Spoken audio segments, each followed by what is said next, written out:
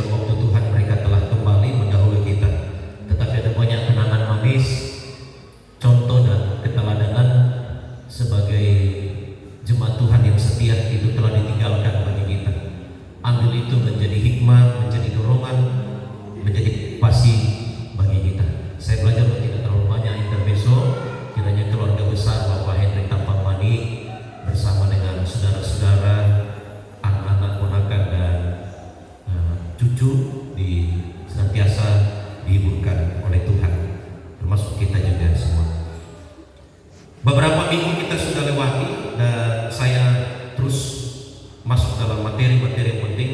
Kenapa? Keputusanku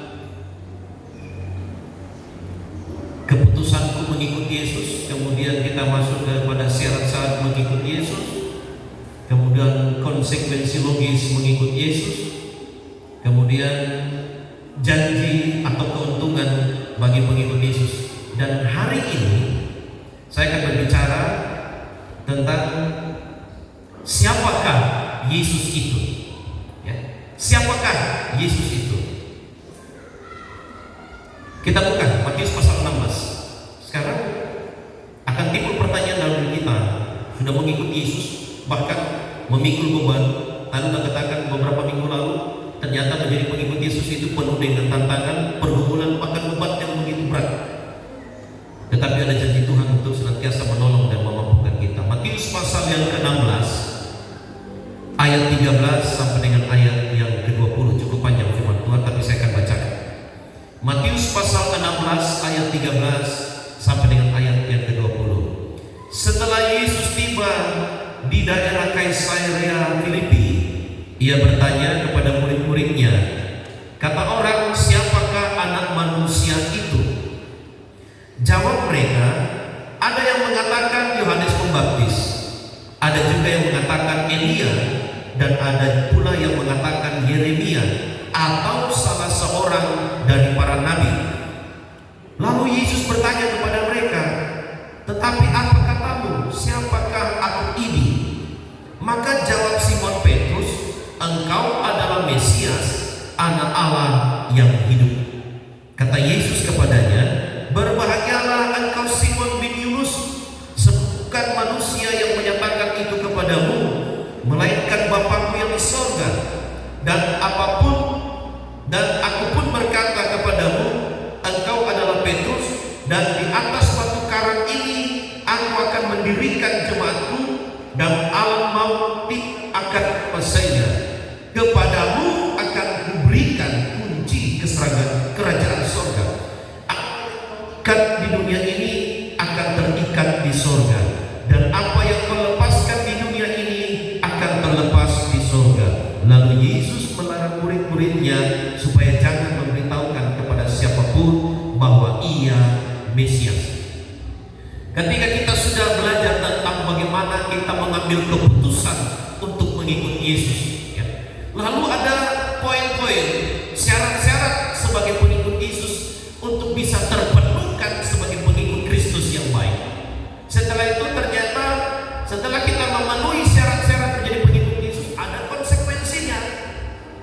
Konsekuensi logis yang memang harus menjadi bagian dalam proses hidup kita menjadi murid Kristus. Tetapi dari konsekuensi yang begitu berat, yang begitu membuat kita menjadi sesat, tak berdaya, penuh dengan pergumulan, Tuhan memberikan janji. Ada janji-janji Tuhan yang menyertai kita dalam mengiringi Kristus, mengikuti Dia sebagai Tuhan. Nah, pertanyaan sekarang bagi kita, yang mungkin selama ini sudah berusaha untuk muncul dalam diri kita yang sudah menjadi pengikut Kristus atau belum? Coba kasih kurangi Pak tribelnya, kasih kurangi tribel dan middle-nya. Pertanyaan yang muncul kepada kita sekarang itu adalah, mengapa saya harus percaya kepada Yesus dan kenapa juga saya harus mengikuti Dia? Ya kan? Pertanyaan ini adalah pertanyaan harus muncul dalam diri kita. Kenapa saya harus percaya kepada Yesus dan kenapa saya harus mengikuti Dia? Ya. Dan ini tidak hanya menjadi kebutuhan jawaban bagi mereka yang belum mengikuti Yesus, tapi juga akan menjadi jawaban bagi kita. Hari ini saya akan memberitahu Kenapa sampai kita harus percaya Yesus dan harus mengikuti Dia? Alkitab menjelaskan kepada kita, sebab iman Kristen mengatakan bahwa Yesus itu adalah Tuhan. Ada banyak pendapat-pendapat orang di luar dari Kristen yang mengatakan, masa Yesus itu adalah Tuhan? Bukankah Dia adalah manusia biasa? Dalam kitab suci yang lain mengatakan Dia hanya menjadi utusan Allah. Dia hanyalah nabi. Dia hanyalah menjadi penyambung lidah Tuhan bagi semua orang-orang yang percaya kepada Allah. Masa Yesus bisa menjadi Tuhan?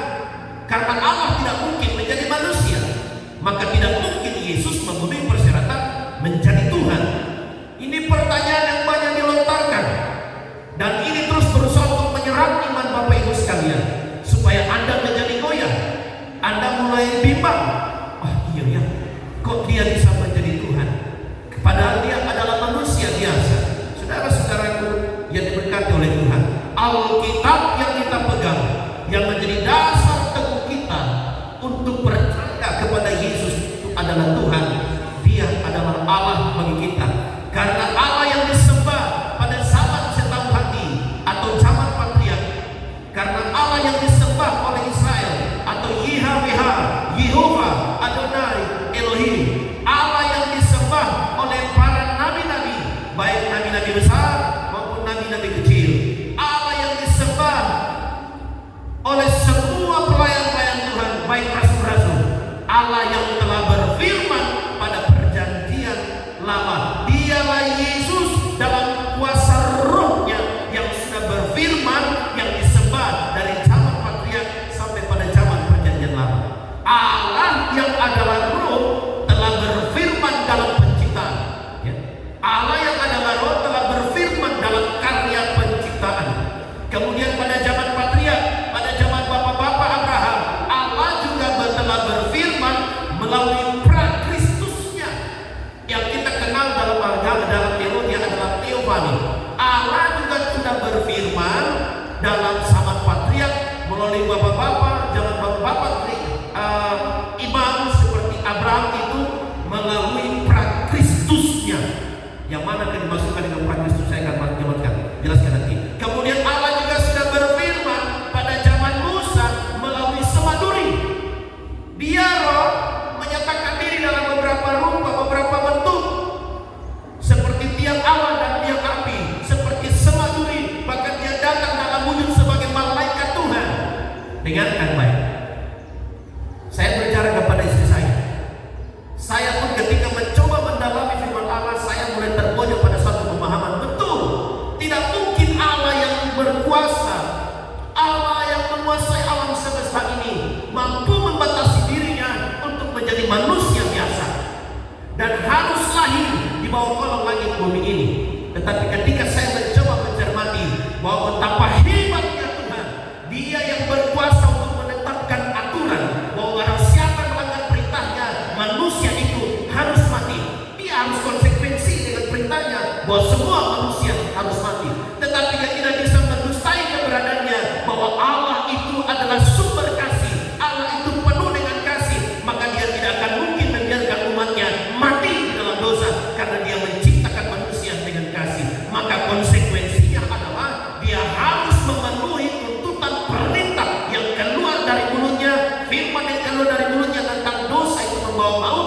Dengan kasih itu Dia mulai merancangkan secara sistematis dari perjanjian lama sampai perjanjian baru. Dia telah mengatur skenario cara Allah untuk memulihkan manusia menjadi berharga di dalam pemandangan mata Tuhan. Dia tidak akan mungkin menyingkirkan satu keberadaannya bahwa Dia adalah Allah yang penuh kasih, dan Dia juga tidak mungkin menyingkirkan keberadaannya bahwa Dia adalah Allah yang adil, yang telah mengeluarkan hukum, dan Dia harus mengerjakan penghukuman itu.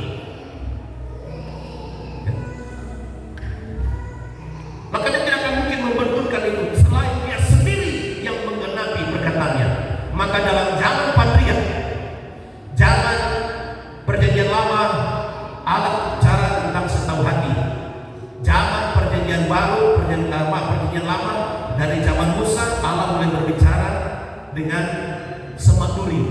Dia menyampaikan bahwa Dia akan mengutus Musa untuk membawa kabar keselamatan bagi bangsa Israel.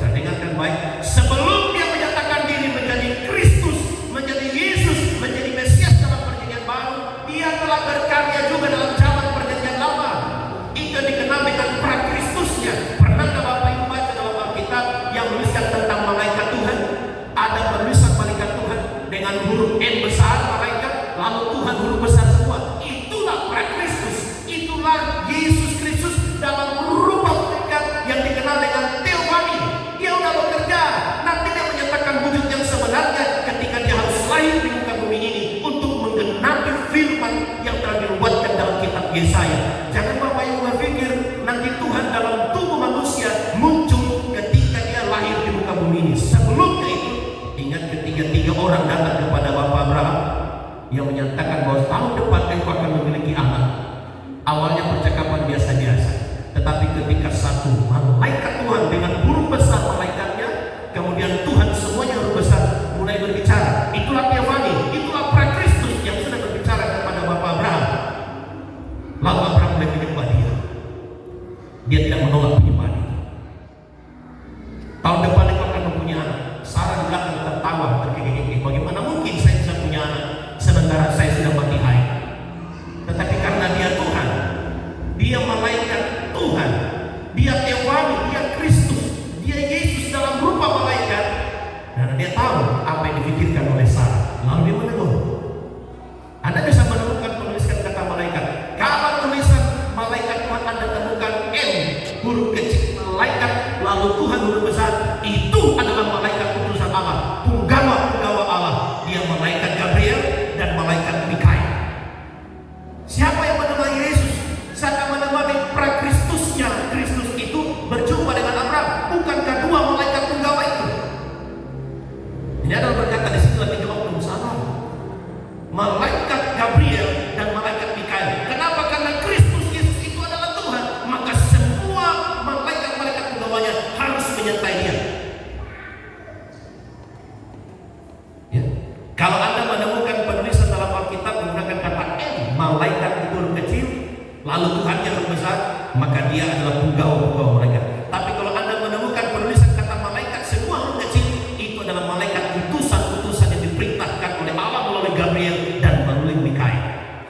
Tapi kalau tulisan M huruf besar, lalu Tuhan semua huruf besar, itulah Kristus, itulah teofani, Allah yang mulai bersabda dalam wujud malaikat yang dikenal dengan teofani sebelum dia menyatakan dirinya nanti pada perjanjian baru sebagai Yesus Tuhan dan Juru Selamat bagi manusia. Pikirkan baik betapa hebatnya Tuhan merancangkan itu. Dia sendiri telah mengatur bagaimana dia akan berwujud, bahkan dia akan menuntut dan menyertai umat-umatnya, tidak membiarkan kita begitu saja. Ya, coba buktinya saja. Satu ayat, tolong buka dalam Keluaran pasal 3 ayat 2 sampai 8. Keluaran pasal 3 ayat 2 ya. Situ, itu lihat baca. Lalu malaikat Tuhan, ini huruf besar M, malaikat Tuhan menempatkan diri kepadanya di dalam nyala api yang keluar dari semaduri. Lalu ia melihat dan tampaklah semaduri itu menyala tetapi tidak dimakan api. Inilah teofani, dialah Kristus yang belum nanti muncul sebagai manusia sejati, Allah yang sejati di muka bumi ini, hanya dalam bentuk karya penebusan dosa bagi manusia. Anda pikirkan ya, betapa Tuhan terlibat dalam menuntut umat-umatnya, terus hadir bagi semua para tokoh-tokoh pada waktu pada zaman patriark sampai kepada Musa, sampai kepada rasul-rasul dan nabi. Banyak sekali ayat-ayat tentang kata teofani malaikat Tuhan itu. Ya, banyak tentang malaikat huruf kecil lalu Tuhan huruf besar banyak, tentang malaikat saja huruf kecil semua banyak. Ya. Tapi tidak akan mungkin saya paparkan semua di sini supaya Bapak Ibu tahu penulisan kata malaikat itu ada 3 jenis. Malaikat Tuhan itu berbicara tentang Kristus dari zaman perjanjian lama saja. Kristus Yesus yang adalah Tuhan sudah bekerja dalam wujud malaikat, karena dia belum waktunya untuk menyatakan diri, tapi dalam wujud malaikat. Ya, sekarang kita akan lihat. Jadi ketika Bapak Ibu mulai baca, usia mulai pelayan, ketika mulai dia itu adalah teofani, dia itu Kristus, dia adalah Tuhan. Tapi kalau malaikat turun kecil, lalu Tuhannya huruf besar semua, berarti itu punggawa malaikat. Tapi kalau tulisan malaikat biasa huruf kecil, maka dia itu malaikat-malaikat pesuruh.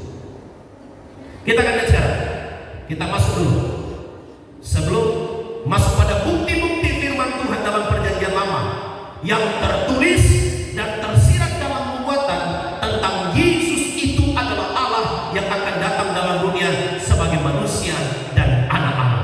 Sebelum kita masuk dalam bukti-bukti ini, saya paparkan ada 3 tokoh ya, pada zamannya sampai saat ini yang terus berusaha untuk melemahkan iman orang percaya, iman orang Kristen. Pertama, tokoh dari salah seorang ulama yang besar, yaitu Imam Al-Ghazali, adalah ulama yang sangat terkenal di zamannya. Nama lengkapnya ini Abu Hamid Muhammad bin Ahmad Ad-Dusi Az-Zafi.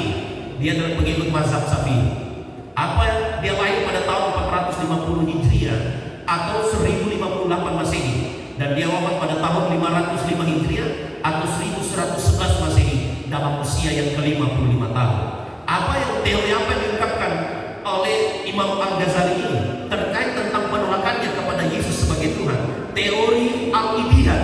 Dia berkata begini: bergabungnya 2 zat dan 2 sifat, itu antara sifat kemanusiaan dan sifat kealahan itu ya, kemudian menjadi hakikat yang lain yang berbeda, adalah hal yang sangat mustahil yang tidak dapat diterima oleh akal. Ini pendapat daripada Imam Al-Ghazali, menolak tentang keberadaan Yesus itu sebagai manusia sejati dan Yesus itu adalah Allah yang sejati. Dia menolak karena tidak masuk dalam pikirannya. Kemudian teori yang kedua, teori Al-Hulul. Itu zat alam menempati setiap makhluk sebenarnya dimaksudkan sebagai makna majas atau metafora. Yang dikatakan aku dan Bapa adalah satu, itu hanya merupakan satu metafora, gambaran, simbol saja, tetapi tidak menyatakan keberadaan yang sebenarnya bahwa Yesus dan Bapa itu adalah satu. Jadi secara umum Imam Al-Ghazali sebagai ulama yang hebat pada masa itu menolak bahwa Yesus itu bukan Tuhan, sebab tidak mungkin Allah yang adalah besar, berkuasa itu, maha kuasa itu, yang tak terbatas, mampu menyatakan dirinya dalam keterbatasannya sebagai manusia biasa. Yang jelas dia tidak akan mengerti dan memahami, karena Alkitab menjelaskan dalam sesuai dengan alur pikiran Allah. Tak akan mungkin sepotong-potong mereka bisa menerima dan memahami ya. Kemudian salah seorang debater yang hebat pada masanya, pada 2005 tahun itu batas akhir karena dia meninggal, itu salah seorang debater namanya Ahmad Deedat, seorang dai, seorang kristologi, lahir di India 1 Juli 1918, wafat pada tanggal 8 Agustus 2005. Umur 80 tahun dia hidup di Afrika Selatan, yang menjadi salah seorang debater yang hebat yang muncul dari Afrika, yang menolak tentang keberadaan bahwa Yesus itu adalah Tuhan. Lalu dikatakan dia adalah seorang kristologi, tapi dia tidak paham tentang kristologi yang sebenarnya.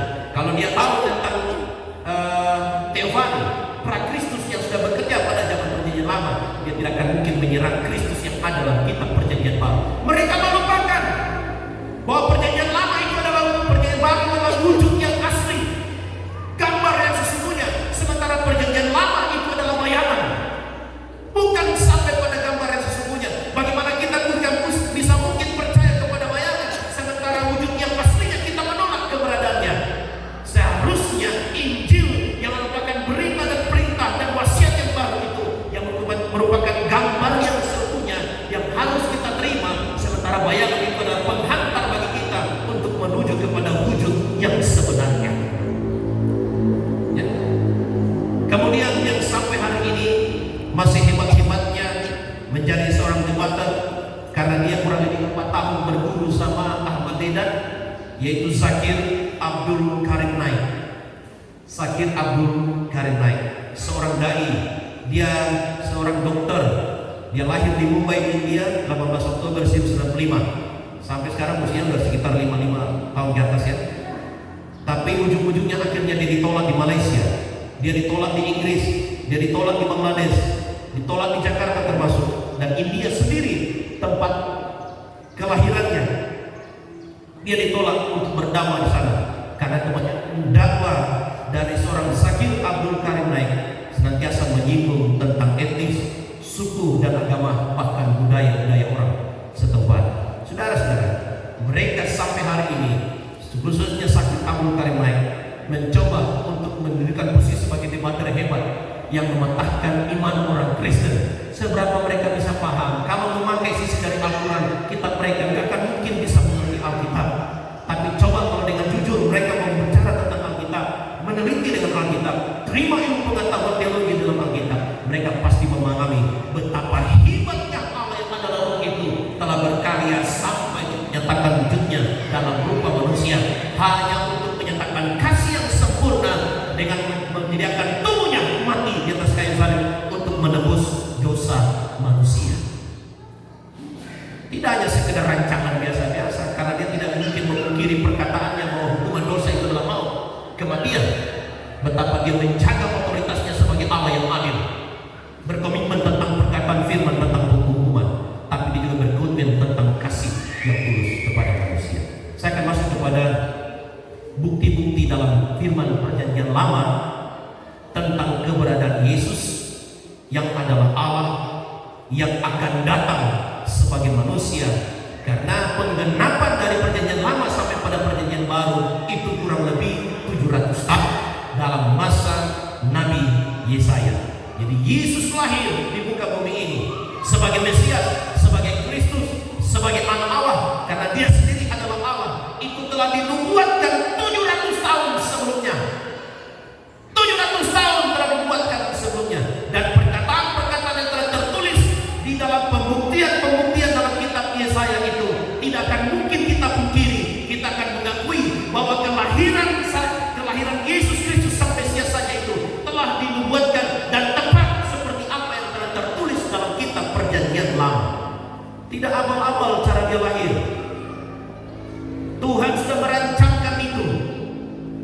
Dia bukan manusia biasa, manusia yang selalu terikat dengan dosa, tetapi manusia yang terbebas dengan ikatan dosa. Kita buka bukti yang pertama, Yesaya pasal 7 ayat yang ke-14.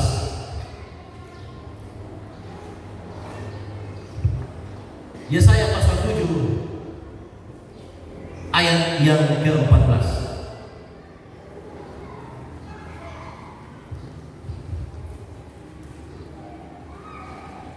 Oke, situ firman Allah berkata begini. Sebab itu Tuhan sendirilah yang akan memberikan kepadamu suatu pertanda. Sesungguhnya seorang perempuan muda mengandung dan akan melahirkan seorang anak laki-laki, dan ia akan menamakan dia Immanuel. Allah berfirman melalui Yesaya dan menubuatkan itu pada ayat yang ke-7, 14, pada pasal yang ke-7, bahwa akan ada seorang perempuan muda mengandung dan akan melahirkan seorang anak laki-laki, dan ia akan menamakan dia Immanuel. Apakah pengertian dari kata Immanuel? Allah beserta dengan kita. Sudah dibuatkan 700 sebelumnya bahwa akan ada manusia, seorang laki-laki yang lahir, dan dia disebut sebagai Immanuel. Kita lihat penggenapannya, ya. Kita lihat penggenapannya. Dia dibuatkan pada 700 tahun sebelum Masehi. Kita lihat penggenapannya, Matius pasal 1 ayat yang ke-22 dan ayat yang ke-23. Matius pasal 1 ayat 22 dan ayat yang ke-23 berkata begini. Hal itu terjadi supaya genaplah yang difirmankan Tuhan oleh Nabi ketika malaikat Gabriel datang kepada Maria. Sesungguhnya anak darah itu akan mengandung dan melahirkan seorang anak laki-laki, dan mereka akan menamakan dia Immanuel, yang berarti Allah menyertai kita. Yang sudah dijanjikan 700 tahun dinubuatkan oleh Yesaya, yang dia sendiri pun selama hidupnya tidak akan mungkin bisa bertemu dengan Yesus sang Immanuel yang lahir setelah dia dipakai oleh Allah untuk menubuatkan. Tetapi dari mulutnya Tuhan sudah merancangkan bahwa akan lahir seorang Mesias dalam karya penyelamatan, dan dia disebut oleh Immanuel. Berarti kedatangan Yesus Kristus itu telah dinubuatkan, telah dirancangkan, sebab pra Kristus itu harus dibiarkan, harus habis dalam karyanya selama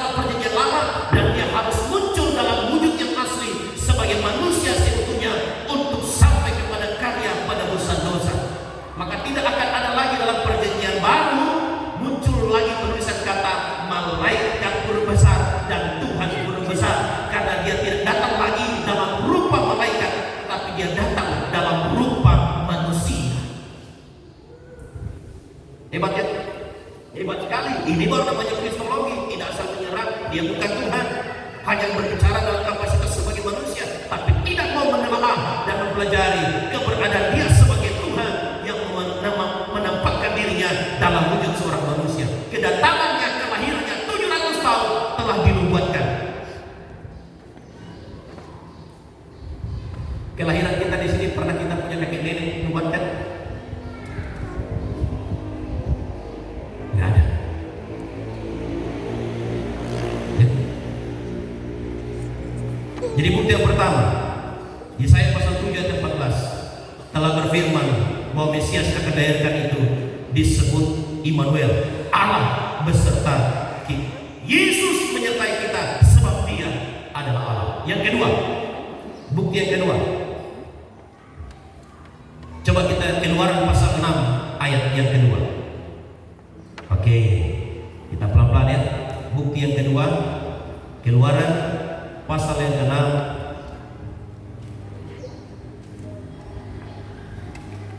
ayat yang kedua. Ayat 1 dan ayat 2 deh. Firman Tuhan berkata begini. Selanjutnya berfirmanlah Allah kepada Musa, Akulah Tuhan. Kemudian ayat yang keduanya, Aku telah menampakkan diri kepada Abraham. Bagaimana caranya dia menampakkan diri kepada Abraham? Kalau dia adalah roh, gak akan mungkin menampakkan diri dalam wujud yang bisa dilihat oleh mata. Maka dia datang dalam rupa manusia, dalam rupa malaikat. Itulah Theophany, itulah prakristus. Aku telah menampakkan diri kepada Abraham, Ishak dan Yakub sebagai Allah yang berkuasa. Bayangkan dalam karya Theophany saja dia telah menyatakan diri sebagai Allah yang berkuasa. Tetapi dengan namaku Tuhan, aku belum menyatakan diri. Tetapi di dalam nama Tuhan, nama yang dirahasiakan, nama yang di dalamnya ada karya penyelamatan dan penebusan dosa, dia belum menyatakan dirinya. Belum menyatakan dirinya. Nah, sementara nama dalam perjanjian lama itu menggunakan tetragrammaton, yaitu menggunakan huruf mati YHWH, karena tidak boleh disebut dengan sembarangan nama Tuhan YHWH itu.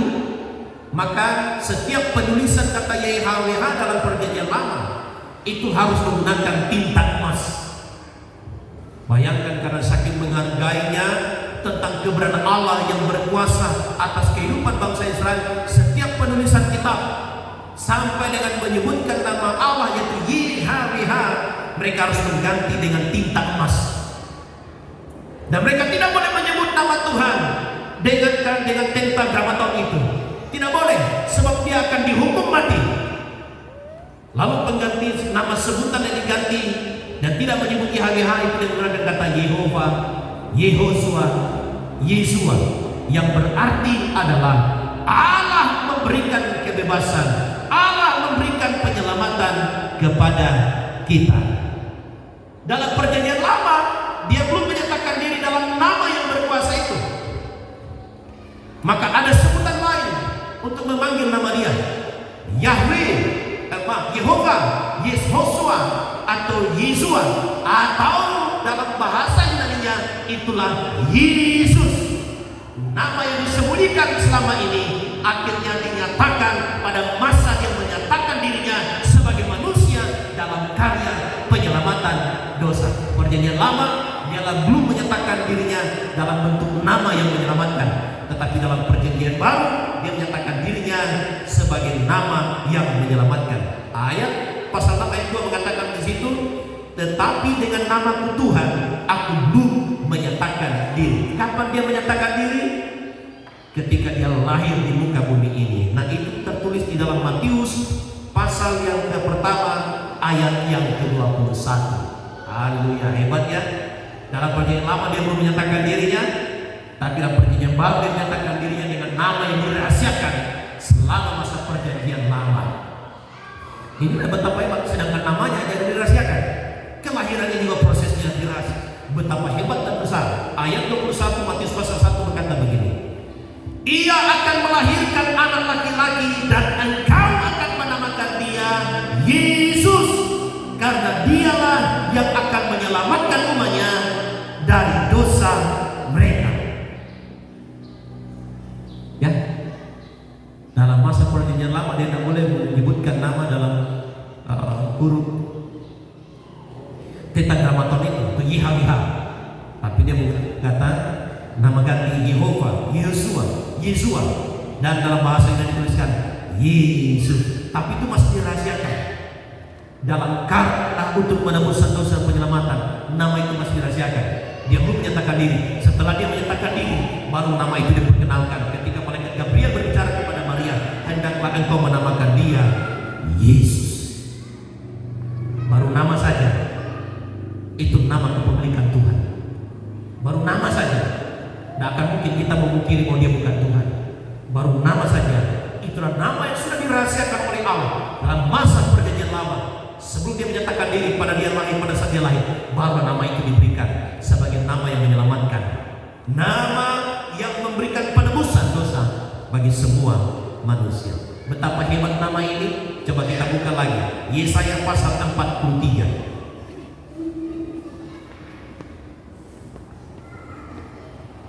Saya baru kupas dalam perjanjian lamanya dulu nih.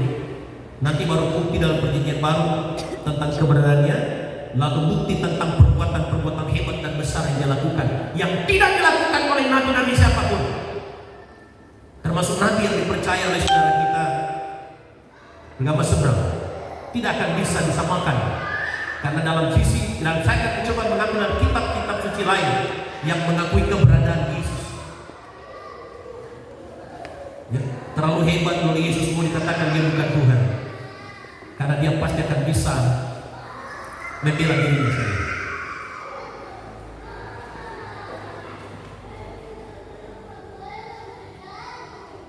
Coba kita buka Yesaya 43 sudah ya.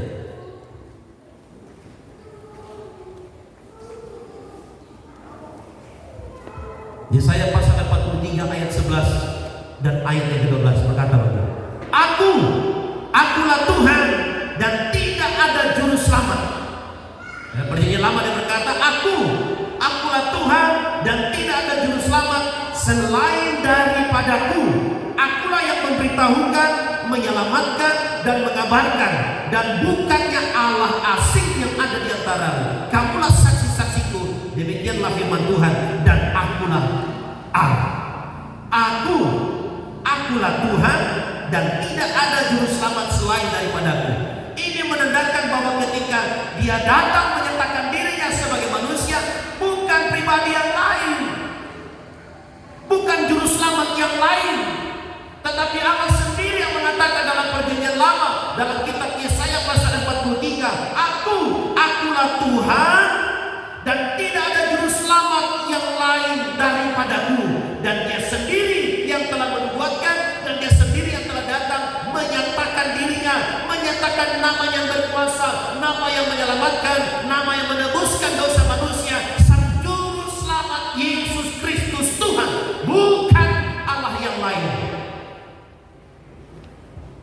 bukan oknum atau pribadi yang lain. Tuhan tidak akan mungkin mengutus orang lain menggantikan dirinya sebagai sang juru selamat, karena dia sendiri berkata dalam perjanjian lama, aku sendirilah yang menjadi juru selamat, tidak ada yang lain.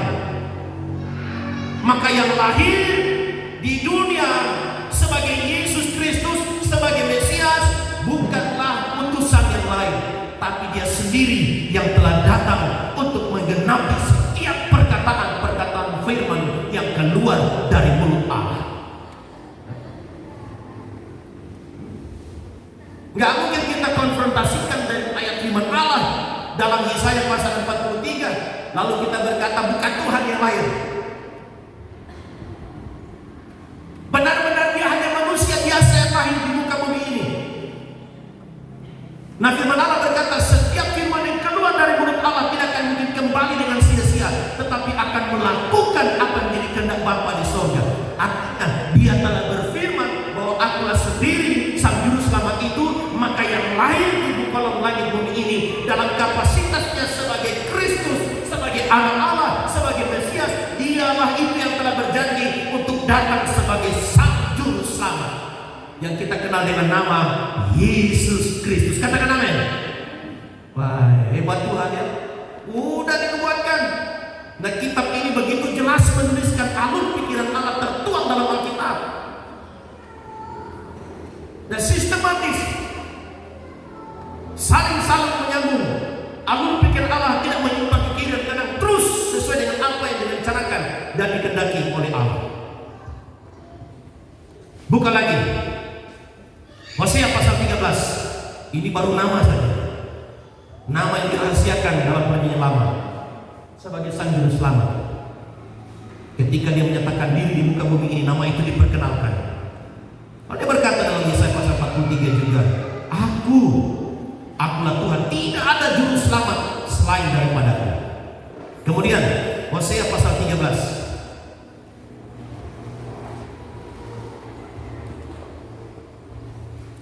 Hosea pasal 13 ayat yang keempat. Firman Tuhan berkata begini, tetapi aku adalah Tuhan, Allahmu sejak di tanah Mesir. Engkau tidak mengenal Allah kecuali aku, dan tidak ada juru selamat selain dari aku. Tuhan pun berbicara kepada Hosea lagi. Bukankah 1, 2, 3 saksi, 1, 2, 3 saksi itu cukup? Tidak ada juru selamat yang lain selain Allah yang datang menyatakan dirinya dengan membawa nama yang telah disimpan selama masa Perjanjian Lama. Itulah Yehova, Yehosua, Yesua, Yesus Kristus Sang Juru Selamat. Cuma sayang, itu nama yang besar itu telah banyak dipelintir oleh orang-orang di dunia ini, khususnya Amerika Latin, pakai nama Yesus, pemain sepak bola nama Yesus. Aduh, saya jadi kayak geli mendengarkan. Kalau saya panggil dia, saya habis berdoa dalam gereja, Tuhan Yesus tidak berubah. Keluar saya panggil anaknya, Yesus, Yesus sini. Kenapa gak pakai nama lain kan? Enak sekali pakai nama anak jadi panggil nama Yesus. Gak tahu arti yang sebenarnya daripada Yesus. Yesua, Yesus, Yehosua, Yehova, Sang Penyelamat, Sang Penebus dosa, Sang Juru Selamat bagi kita. Hebatnya, betapa hebatnya Tuhan. Dengan ayat ini saja saya menjadi ragu. Memang benar, kata seorang profesor, semakin dulu mendalami tentang Alkitab, tentang firman Allah, Anda akan semakin dibawa untuk pemikiran logis. Dan kadang-kala hati-hati dengan pemikiran logis, kita akan dijebak pada saat nanti kita akan mulai berkata Yesus itu bukan Tuhan. Karena gak akan mungkin, karena kalau sudah berbicara dalam pemikiran logis, tidak akan mungkin kita paksakan akal logika kita menerima sesuatu yang tidak dapat diolah dengan akal logika ini. Tetapi firman Allah telah menuliskan, terima dengan iman dan pelajari dengan baik, Tuhan akan memberikan hikmat kepada kita. Terlalu banyak saya baca buku, terlalu banyak saya buka di internet, coba literatur, saya semakin Tuhan, saya semakin berhati-hati. Kenapa banyak tokoh-tokoh agama Kristen yang sekarang bukan berpindah agama yang sudah diakui oleh negara, tapi mereka justru menjadi orang ateis, percaya tentang keberadaannya Tuhan, cenderung tidak beragama, tidak percaya kalau ada. Karena akal logika yang sudah dominan dalam pikiran mereka. Tapi saya berusaha untuk menundukkan akal logika ini, pikiran saya kepada otoritas Tuhan.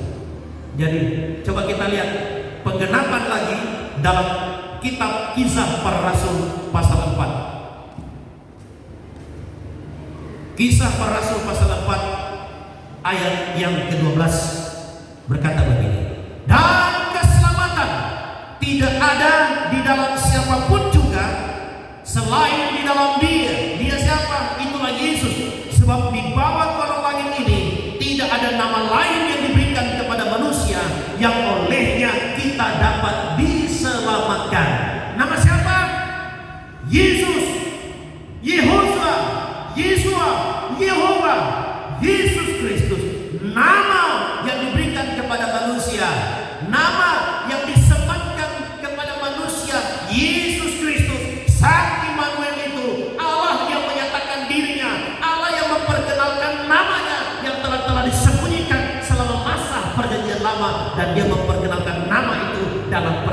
baru ketika dia hadir sebagai Sang Mesias, Sang Kristus, Anak Allah, manusia sejati dan Tuhan Allah sejati yang ada dalam tubuh manusia.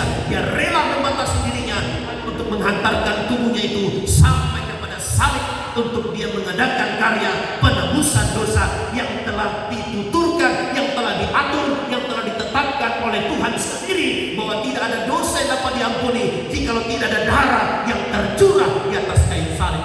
Maka dia sendiri harus menyediakan tubuhnya. Maka benar kita panggil dia Bapa.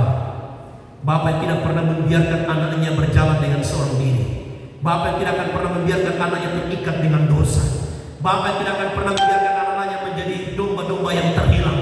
Dia akan datang untuk menjaga, menuntun dia, menyertai dia, menggandeng dan menggenggam tangan domba-dombanya untuk sampai kepada karya penebusan dosa itu. Sebab rancangan awal adalah kehidupan yang penuh dengan kebahagiaan. Surga yang kekal itu disediakan bukan hanya untuk dia, tetapi untuk semua orang yang percaya kepada dia. Maka dia tidak akan membiarkan kita yatim piatu, akan tetap terus menuntun kita dengan cara dia bekerja, dengan cara dia menyatakan dirinya sampai pada karya penebusan dosa di atas kayu salib. Nama Yesus nama yang menyelamatkan. Jangan ragu Bapak Ibu, dalam perjanjian lama sudah dinubuatkan. Dia tidak memperkenalkan dirinya. Jadi dia tidak serta-merta langsung perjanjian baru. Kita Matius, Markus, Yohanes berbicara tentang lahirlah seorang manusia. Lalu kita berkata, datang-datang langsung tiba-tiba muncul. Padahal nggak tahu, 700 tahun sebelumnya Tuhan sudah menubuatkan tentang kedatangan. Dia sudah menjelaskan yang datang itu bukan dalam kapasitas sebagai manusia biasa, tetapi Allah yang menyatakan dirinya dalam rupa manusia. Karena dia telah menjelaskan cuma satu saja seorang penyelamat dalam dunia, dialah Tuhan kita. Dan dia menyatakan dirinya dalam rupa manusia. Bagaimana dia menyelamatkan kita kalau dia sendiri tidak menebus dosa kita? Nah, penebusan itu sah kalau ada darah. Nah, karena Allah itu adalah roh. Kalau dalam saudara kita mengatakan Allah itu zat, nggak akan mungkin punya tubuh dan punya darah. Lalu bagaimana caranya dia menebus dosa? Maka dia telah merancangkan dalam karya tabernakel. Ibadah tabernakel itu adalah gambaran tentang apa yang akan terjadi nanti dalam wujud yang aslinya. Penebusan dosa dalam ibadah di tabernakel itu adalah gambaran tentang kedatangan Kristus Yesus Tuhan dalam penebusan dosa. Maka dipilihlah domba yang tak bercacat, domba yang tambul. Tapi karena manusia semua bercacat, manusia semua berdosa, tidak akan mungkin menemukan ada satu korban yang tepat sesuai dengan perintah Tuhan, kecuali dia sendiri yang menggenapi firman-Nya.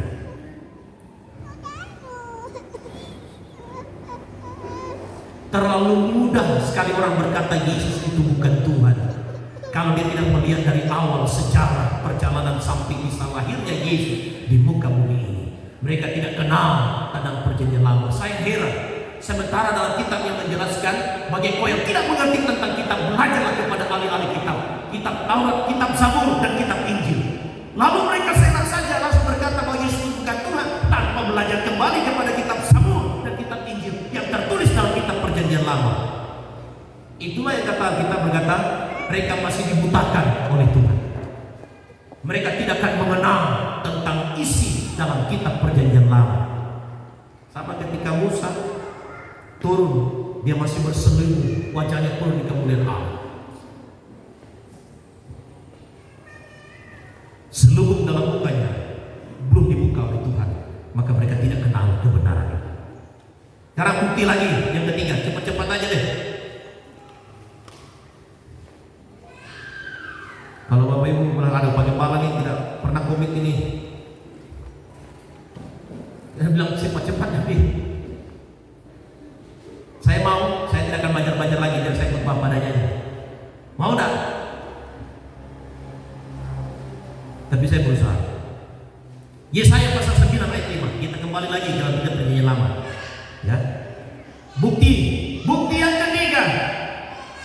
Firman Allah yang tertulis dan tersirat di dalamnya tentang nubuatan bahwa Yesus itu adalah Allah yang akan datang dalam dunia sebagai Sang Mesias, sebagai manusia Kristus, atau sebagai anak Allah. Nanti kita akan bicara sedikit kenapa sampai disebut sebagai anak Allah. Memangnya Allah itu beristri lalu punya anak? Terlalu sederhana sekali pemikirannya. Tidak pernah tertulis dalam Alkitab bahwa Allah itu beristri. Makanya ada banyak kitab-kitab yang mulai bermunculan bahwa Yesus itu pernah menikahi Maria Magdalena, lalu punya keturunan. Ini namanya menyesatkan betul. Alkitab ini mampu mempertahankan dirinya. Jadi apa yang ada film Yesus bersama dengan Maria Magdalena berlari-lari di taman bunga saling kejar-kejaran lalu menyatakan cinta. Malu. Itu dapat pemahaman dari mana itu?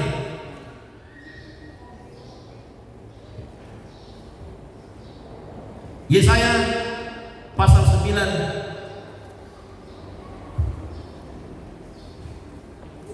nggak apa-apa.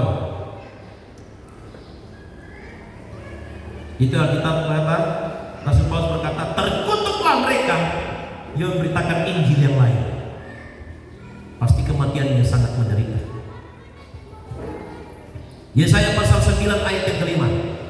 Dengarkan firman Tuhan tentang kelahiran Yesus. Sebab seorang anak telah lahir untuk kita. Ini belum lahir tapi sudah dibuatkan dalam kitab Yesaya pasal 9 ayat 5. Allah berbicara melalui Yesaya kepada bangsa Israel.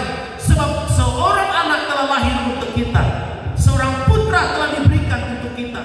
Lambang pemerintahan ada di atas bahunya, dan namanya disebutkan orang.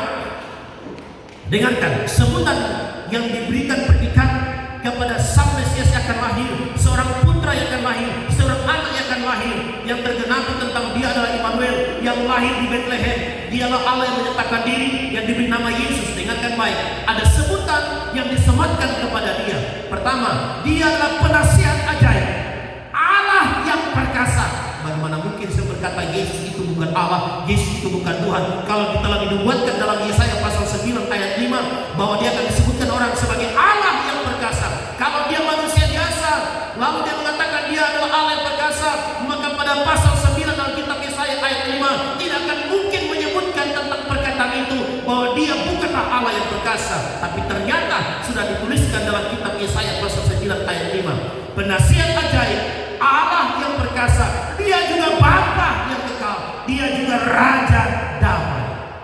Bayangkan penyematannya itu sudah dirancangkan, sudah dituliskan, sudah dinubuatkan, sudah dikisahkan lebih dahulu.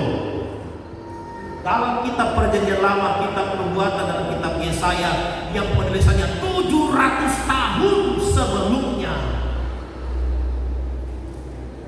Nanti masuk ada banyak prediksi sebelum 4 sebelum Masehi, tahun keempat sebelum Masehi Yesus sudah lahir. Tapi ada yang berkata 1 Masehi Yesus sudah lahir.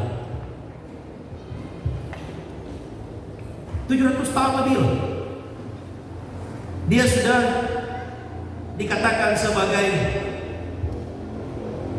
firman yang menjadi manusia, diberikan gelar penyebutan sebagai anak, sebagai sang putra. Nah, kalau kita panggil dia sebagai anak manusia, anak Allah, apa salah? Karena dalam Yesaya pasal 9 ayat 5 sudah dikatakan sebab seorang anak. Dalam pertumbuhan secara psikologis, secara biologi, memang dia mengikuti prosedur pertumbuhan seorang manusia.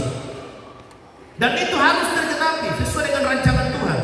Kita nggak boleh rubah. Yesus tidak lahir langsung dalam perut seorang Maria, tiba-tiba jadi manusia. Tidak mengikuti apa yang pernah dibuatkan dalam kitab Perjanjian Lama. Harus mengikuti prosedur sesuai dengan cara berpikirnya Allah. Kita nggak bisa memaksakan cara berpikir kita harus mengendaki cara berpikirnya Allah, mengikuti cara berpikir kita. Nggak bisa. Kita yang harus mengikuti cara berpikir Allah. Jangan takut kita akan menyimpang, karena dia pasti akan meluruskan cara berpikir kita.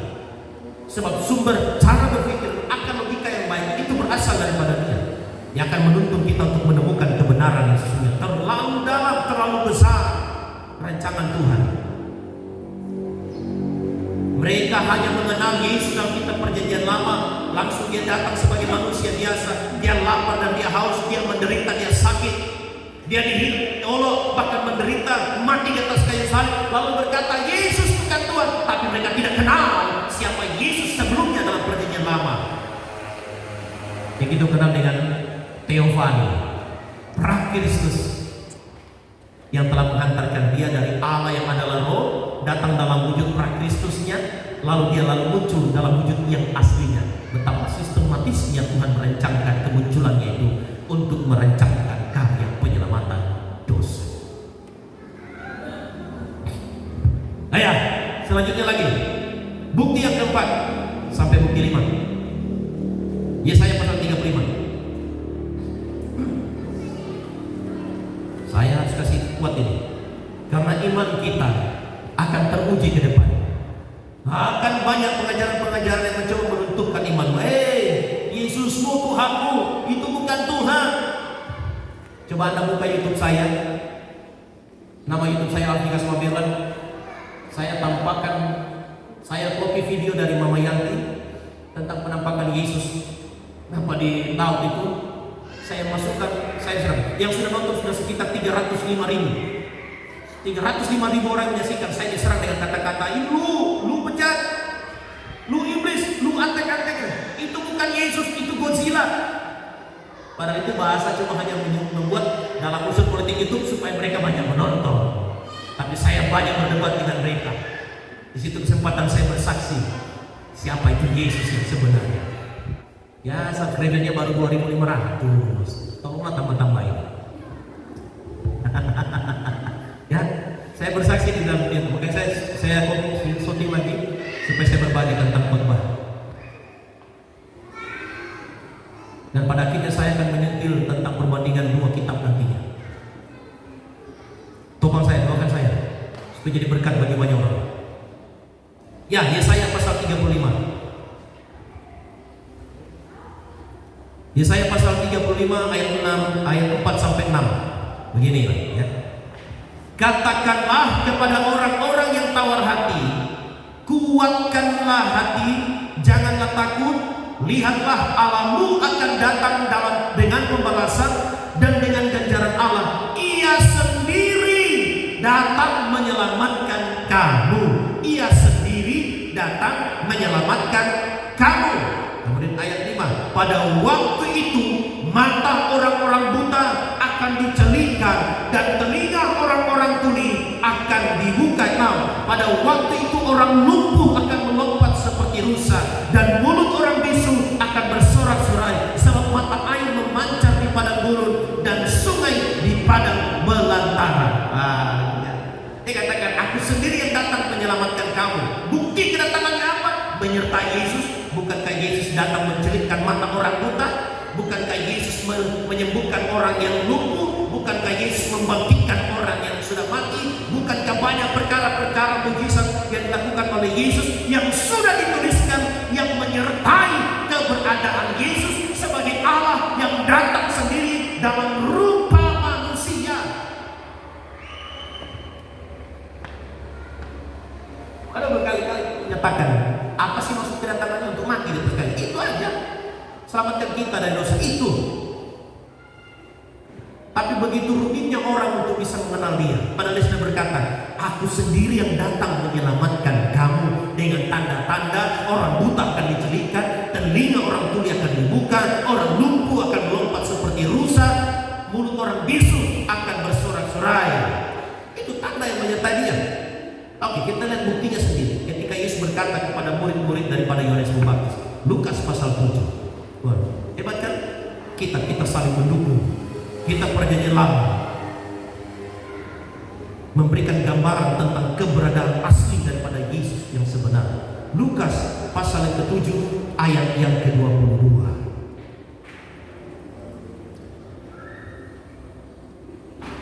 Dan Yesus menjawab mereka. Ini ketika Yohanes Pembaptis mulai ragu kepada Yesus. Lalu Yesus berkata kepada murid-muridnya, sampaikan kepada Yohanes, kepada guru. Dan Yesus menjawab mereka, pergilah dan katakan kepada Yohanes apa yang kamu lihat dan kamu dengar. Yesus mengutip ini dalam kitab Yesaya pasal 35 tadi, ayat 4 sampai dengan ayat 6. Dikatakan, orang buta melihat, orang lumpuh berjalan, orang kusta menjadi tahir, orang tuli mendengar, orang mati dibangkitkan, dan kepada orang miskin diberitakan kabar baik. Dan berbahagialah orang yang tidak menjadi kecewa dan menolak aku.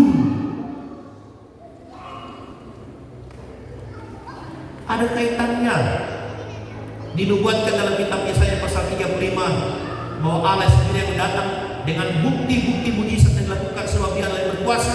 Itu pun dilakukan oleh Yesus, dan Dia pun mengakurkan. Yesus sendiri menjelaskan kepada murid-murid Yohanes supaya Yohanes jangan meragukan tentang siapakah Dia itu sebenarnya. Ada yang berkata, atau adakah Mesias lain yang akan harus aku tunggu? Padahal Dialah Mesias itu yang sebenarnya. Ya. Baru kita perjanjian lama yang kita kupas ini baru berapa bagian ini? Belum bukti-bukti yang lain. Oke, sekarang yang paling terakhir saya berusaha komik. Yang terakhir, Yesaya pasal 40 ayat yang ketiga. Yesaya pasal 40 ayat yang ketiga.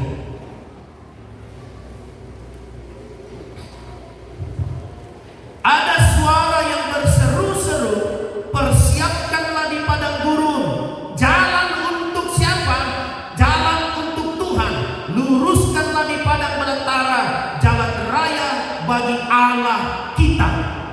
Dalam kitab Yesaya pasal 40, Dia telah menubuatkan pada ayat 3 ada suara yang berseru-seru. Siapakah yang berseru-seru? Mereka berseru-seru, Dia berseru-seru tentang persiapkanlah di padang gurun jalan untuk Tuhan. Siapakah Tuhan itu yang dipersiapkan jalan baginya? Luruskanlah di padang belantara jalan raya bagi Allah kita. Siapakah Allah itu sehingga jalan raya harus luruskan bagi Dia? Padang gurun diberikan jalan untuk Tuhan. Siapakah yang dimaksudkan oleh Yesaya pasal 40 ayat yang ketiga? Matius pasal 3 ayat yang ketiga.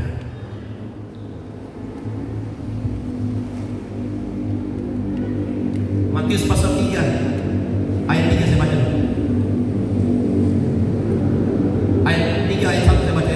Pada waktu itu tampillah Yohanes Pembaptis di padang gurun Yudea dan memberitakan, bertobatlah sebab kerajaan surga sudah dekat. Ternyata suara yang berseru-seru yang dimaksudkan dalam kitab Yohanes itu adalah Yohanes Pembaptis.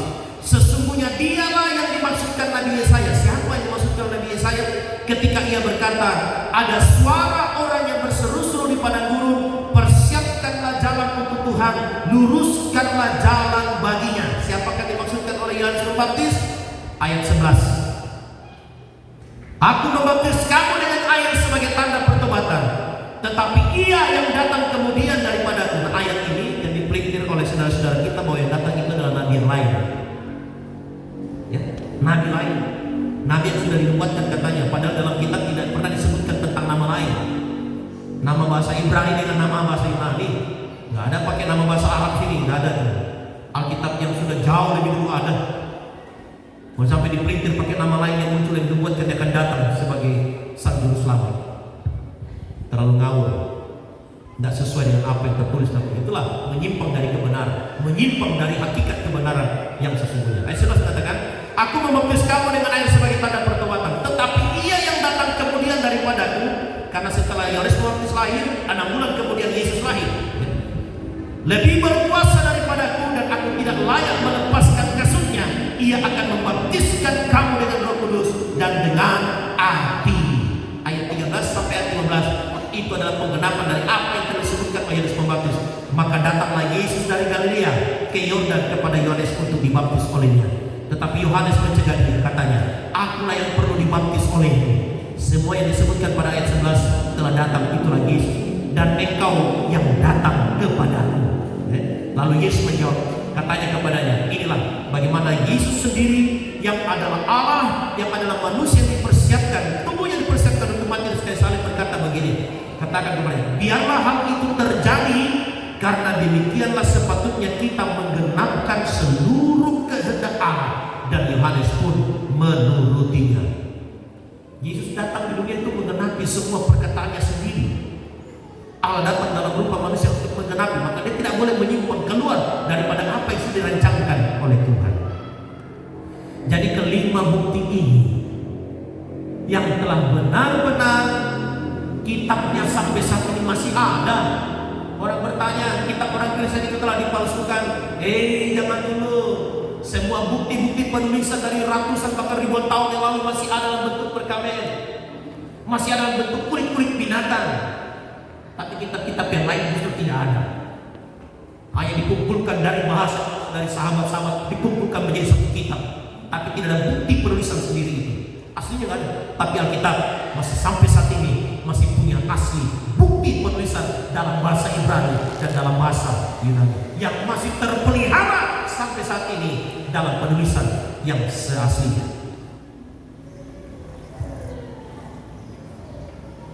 Kita mempelajari ini bukan untuk membenci, tapi kita mempelajari ini untuk mempertahankan iman kita. Karena ke depan kita akan tetap terus diperhadapkan dengan pertanyaan-pertanyaan yang mencoba menyudutkan bahwa Tuhanmu itu mati. Yesus itu bukan Tuhan karena dia adalah manusia biasa. Mereka tidak tahu tentang secara kristologi yang sebenarnya.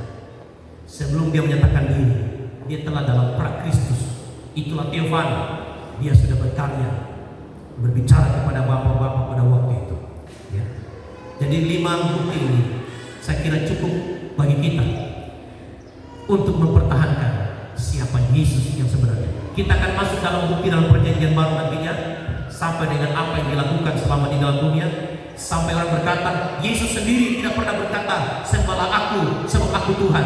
Mereka belum tahu siapa Yesus itu. Ada banyak Alkitab yang menjelaskan Yesus tidak pernah menolak orang menyembah dia sebagai Tuhan. Yesus tidak pernah menolak murid-murid yang menyembah dia sebagai Tuhan. Tapi saya akan bagikan bukti-buktinya. Kita lebih banyak bukti kok, karena kita yang hidup dengan Alkitab, kita percaya kepada kitab firman Allah, karena dia sendiri yang akan bersaksi tentang siapa dirinya yang sebenarnya. Kiranya firman Tuhan ini boleh menjadi penguatan bagi jemaat untuk mempertahankan imanmu. Jangan ragu. Kendati pun Anda telah menerima Yesus sebagai Tuhan dan Juru Selamat, kemungkinan bagi Anda untuk murtad dan meninggalkan itu masih ada. Termasuk saya, termasuk semua yang sudah lahir dari Kristen. Kemungkinan bagi Anda untuk meninggalkan Yesus sebagai Tuhan. Tetapi saya boleh berkata di sini, Anda benar-benar telah membuang mutiara itu. Anda telah membuang harta kekayaan yang indah itu ketika Anda mencoba untuk meninggalkan Yesus dan tidak mengaku dia sebagai Tuhan dan Juru Selamatmu, karena dia telah menyatakan dirinya sesungguh-sungguhnya bahwa dia itu adalah Tuhan yang telah berjanji datang sebagai Sang Juru Selamat. Tuhan Yesus memberkati, biar kiranya menjadi kekuatan bagi kita, dan saudara kita bangkit berdiri, kita angkat pujian yang berkata,